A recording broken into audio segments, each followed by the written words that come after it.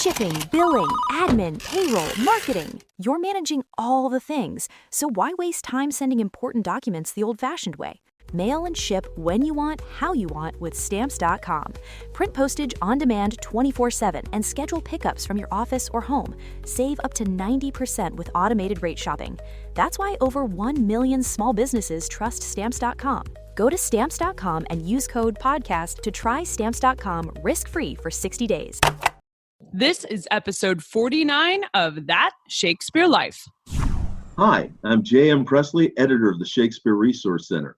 Another great method for studying the life of William Shakespeare includes listening to this. It's That Shakespeare Life with my friend, Cassidy Cash.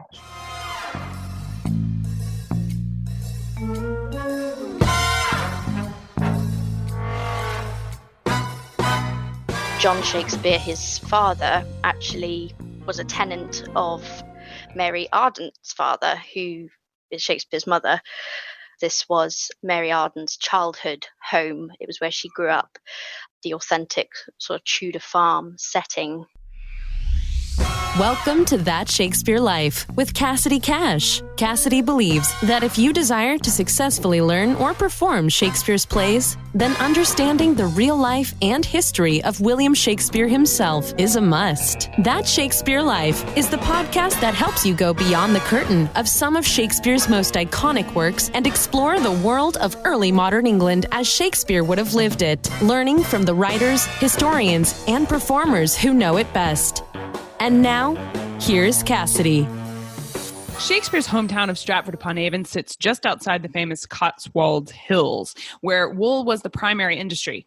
In Shakespeare's plays, there are references to sheep, lambs, fleeces, wool, and shepherds in almost all of his works, leading us to wonder how personally connected to sheep and the wool industry William Shakespeare might have been. It turns out his family, Mary Arden in particular, his mother, had a large background in sheep farming, and they are capitalizing on that at Mary Arden's farm as part of Shakespeare Birthplace Trust in England with a new partnership over wool. Here as our guest this week to help us explore Shakespeare's history with sheep and to tell us about this new project at Mary Arden's farm is the person in charge of the actual living sheep kept in Shakespeare's name, the assistant farm manager at Mary Arden's farm, Lizzy Dobbin. Lizzy, welcome to the show. Thank you very much for having me. Shakespeare's play As You Like It uses farming and specifically shepherding sheep as a theme in the play, but would sheep farming have been a general cultural reference or was that personal for William Shakespeare? Well, yes. I mean, both his mother and father had family roots in farming. John Shakespeare, his father, actually was a tenant of Mary Arden's father, who is Shakespeare's mother. I don't know if the way I worded that just made any sense at all. Yes, I mean, that is helpful because I think a lot of people don't realize it's called Mary Arden's farm. And I've had people say to me, why is it not called Mary Shakespeare's farm? Yeah, the reason our location, we refer to it as Mary Arden's farm, is because this was Mary Arden's childhood home. It was where she grew up. And then when she left home to marry John Shakespeare and took the name Shakespeare, she did leave here.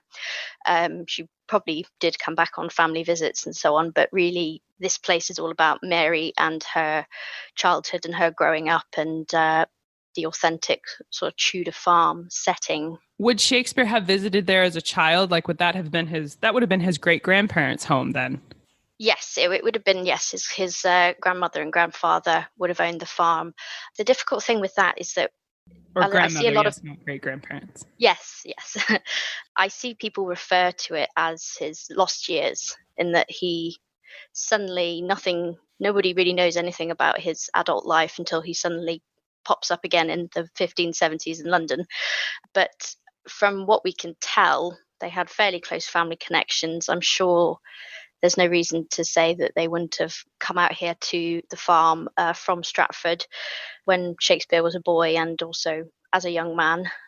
Now, there's a sheep street in Stratford Upon Avon, and that's there today. Is that a reference to the shepherding history of Stratford Upon Avon? Was that there when Shakespeare lived in Stratford? Sheep Street most definitely was there in the 1500s. Stratford itself wasn't a massive town built off the strength of sheep per se.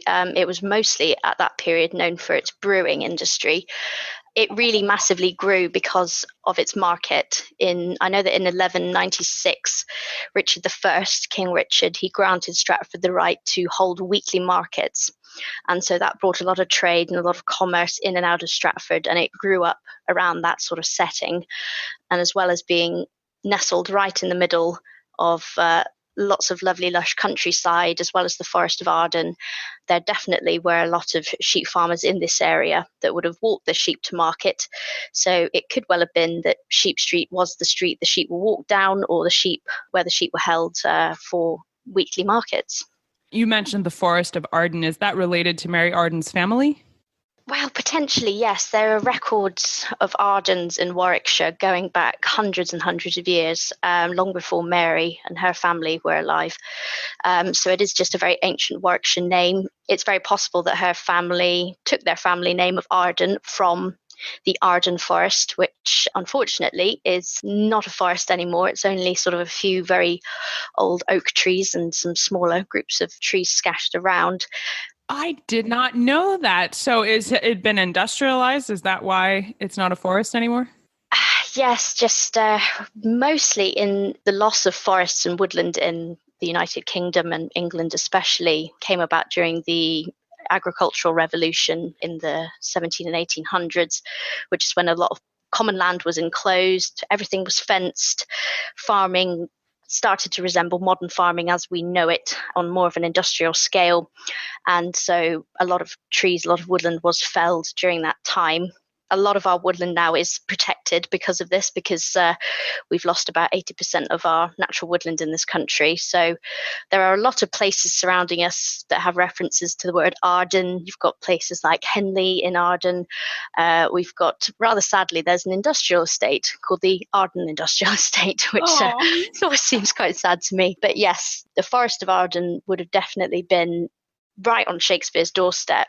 And there is credible evidence that As You Like It was based in the Forest of Arden, in this sort of dreamlike, sort of very deeply wooded setting.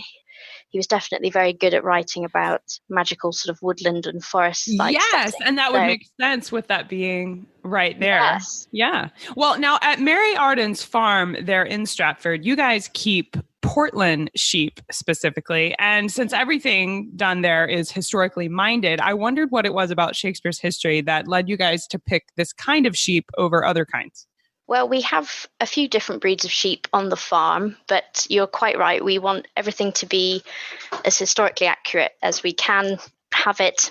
The reason we wanted to have Portland sheep among our other breeds is they definitely have a long-rooted history in this country. There is actually sort of a legend connected to Portland sheep, and that is that they potentially, apparently, if you believe the story, they came across here when the Spanish Armada was attempting to invade in the late 1500s. Wow.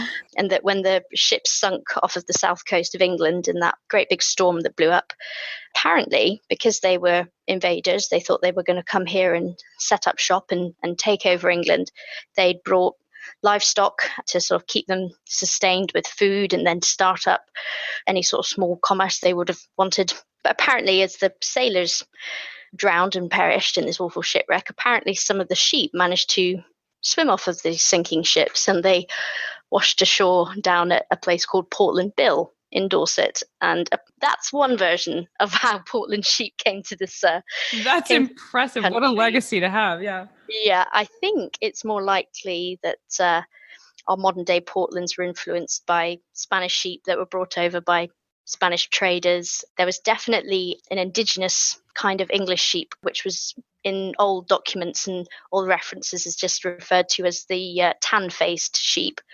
And Portlands do have sort of a brownish tan face. They've got the same coloured legs. When they're born as lambs, they're a very lovely sort of deep auburn colour, and they gradually pale out as they grow older. The adults have a nice cream coloured fleece.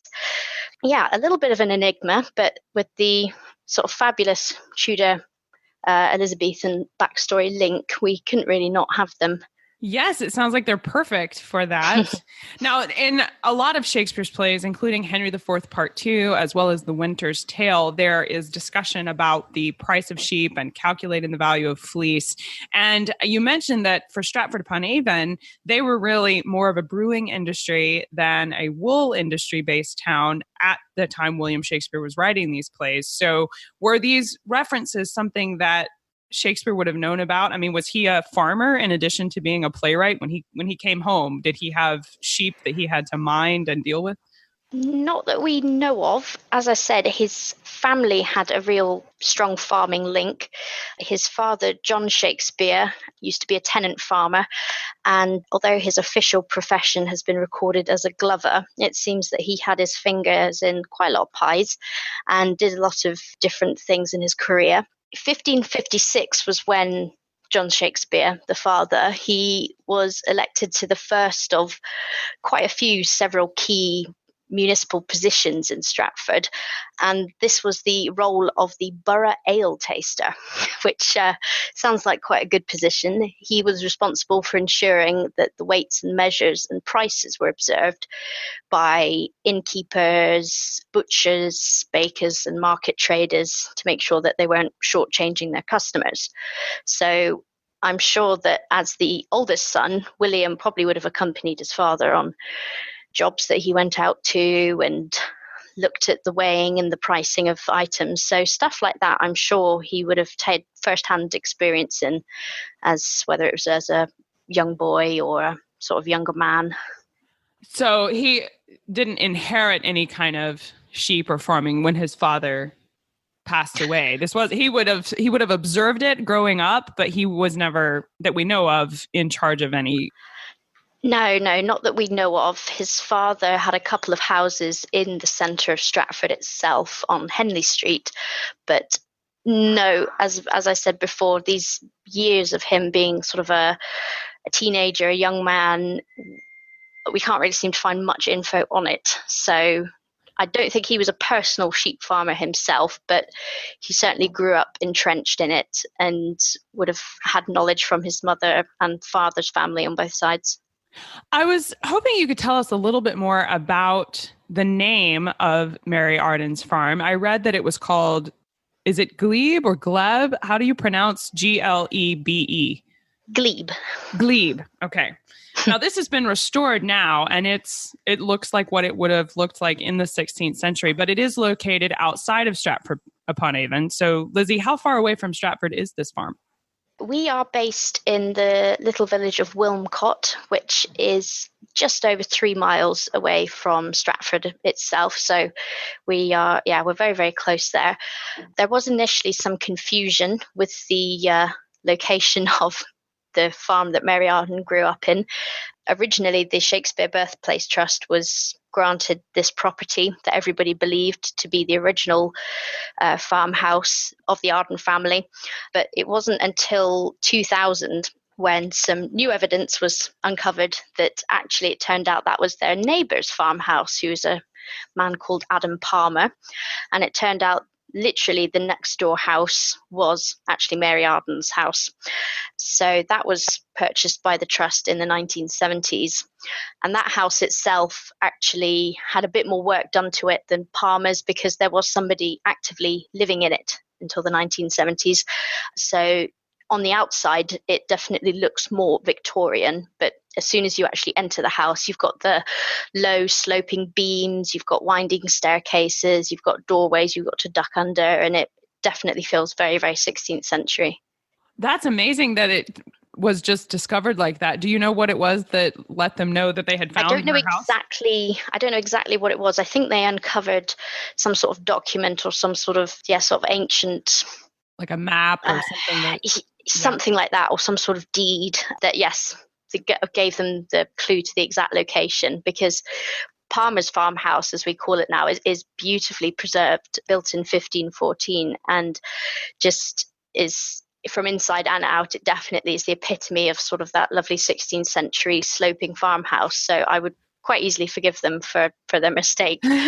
So yeah. And that's part of Shakespeare Birthplace Trust properties too, Palmer's farm? Yes, so Okay. we are all one site here now. You can visit both Palmer's farmhouse and Mary Arden's farmhouse while you're here on our site.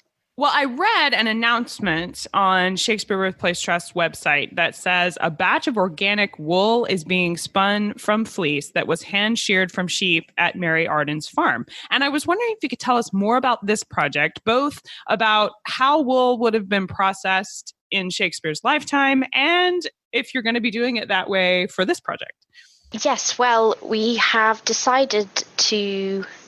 This is the first time we've ever done anything like this. Mostly we just use our wool on site. We have our Tudors, as we refer to them, who are here every day while we're open. They wear authentic Tudor clothes that they've handmade themselves, and they act out the normal sort of farm working day for your average sort of middle to working class Tudor person. So usually they make good use of all the wool from our sheep, but this time we've managed to track down a company in the south of England who can organically process our sheep's wool for us, because we're trying to get as close to Tudor farming as we can here. So obviously we are a certified organic farm because the Tudors definitely were organic farmers, and they are going to organically process that for us.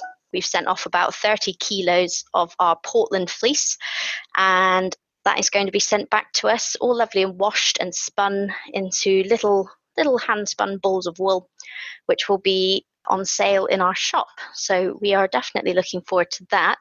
Oh, that's very exciting. Is that something that'll be, I'm based in the United States, so is that something we'll be able to purchase on the online shop too, or do we have to come and visit to be able to buy a ball of wool? I'm not sure what direction we're going with it yet. As far as I'm aware, initially it is going to be in our physical shop here at Mary Arden's, but this is our first year doing it, and it's kind of a trial run. And if it goes really well and is successful, I don't see any reason that we wouldn't be able to then sell it over our website. That would definitely be something we'd like to do as well. That's very exciting. Well, fingers crossed for that. And I'm excited to come and visit there. So when I visit, I'll have to pick up some from the shop. Now, are you guys using the 16th century method of processing it though? I mean, you said they're organically processing it, but they're not doing I read about the job of the fuller specifically, and that sounded like a very nasty way to process wool, but are y'all doing it that way? We are not going to be doing it the authentic Tudor way.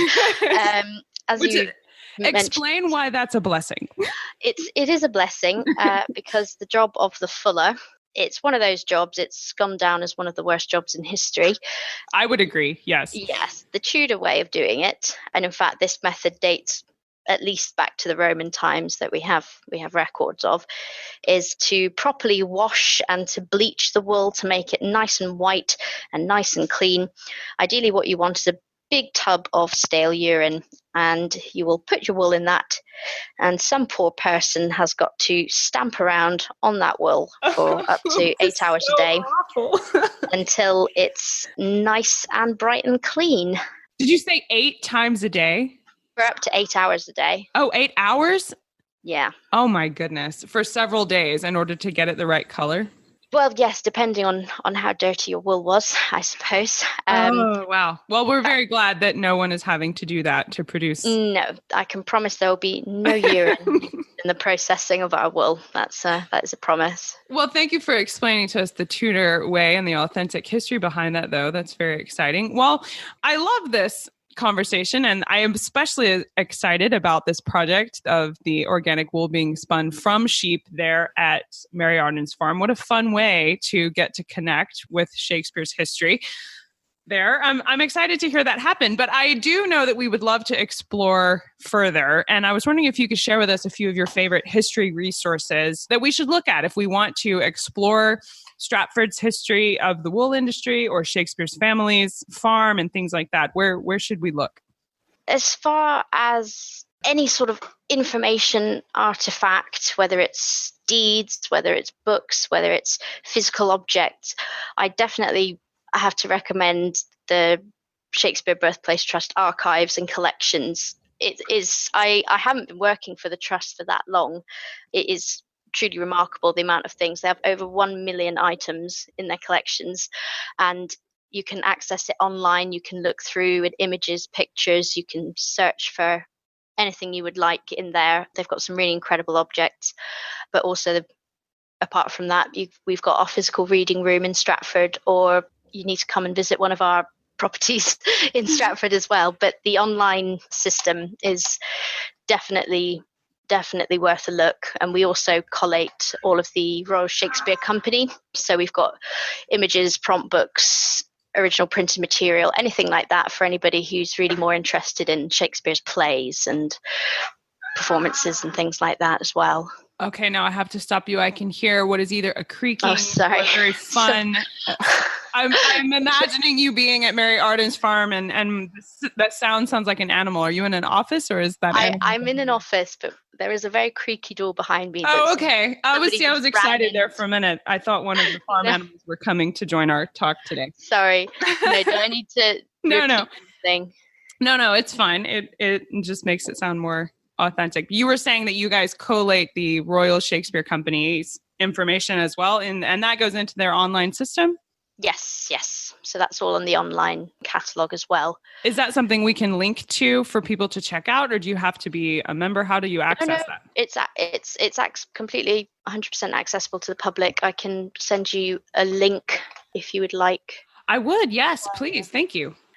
Now, we ask everyone this next question here at That Shakespeare Life, and that's, what's the one book you would take with you on a deserted island? My friends in England tell me I'm supposed to allow you the complete works of Shakespeare and a copy of the Bible. So your choice would be in addition to those.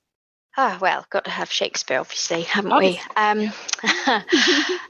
One author that I really do personally love is Haruki Murakami, who is hopefully by now a pretty legendary Japanese author. I have read all of his books multiple times. They're the kind of books that I always just pick up and can just fall right into them no matter what. If I had to pick a book of his, given the subject matter we've been talking about today, I think it would probably have to be A Wild Sheep Chase. Oh, that sounds perfect. Well, we'll definitely check those out. So what's next for you? What are you working on now that you're excited about?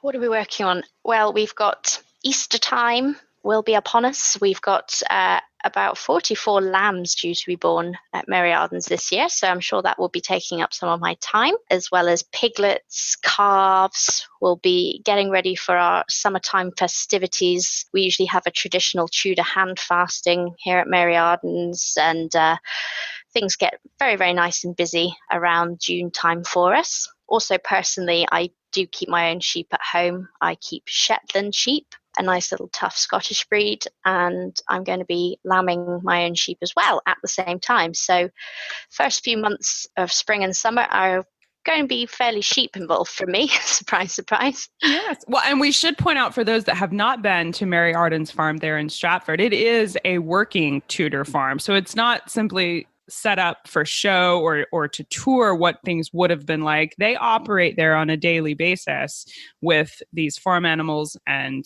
produce things like the wool, but all kinds of other things as well. Yes, we do indeed. We're also certified organic, which is, as I said before, being organic is important because that's the way the Tudors would have done it.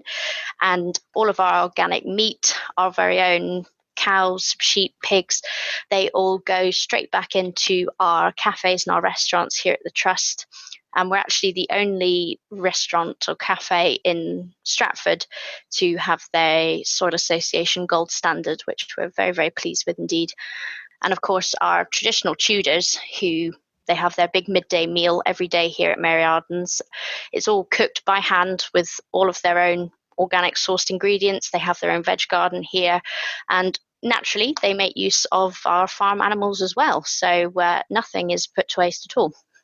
What an honor, for sure. Well, we will make sure to link to all of these resources as well as how you can visit Mary Arden's farm. And I certainly encourage you to do that. Lizzy Dobbin, thank you so much for being here today and giving us this introduction to Mary Arden's farm and talking with us about sheep farming. I appreciate you being here. Thank you very much for having me. Thank you.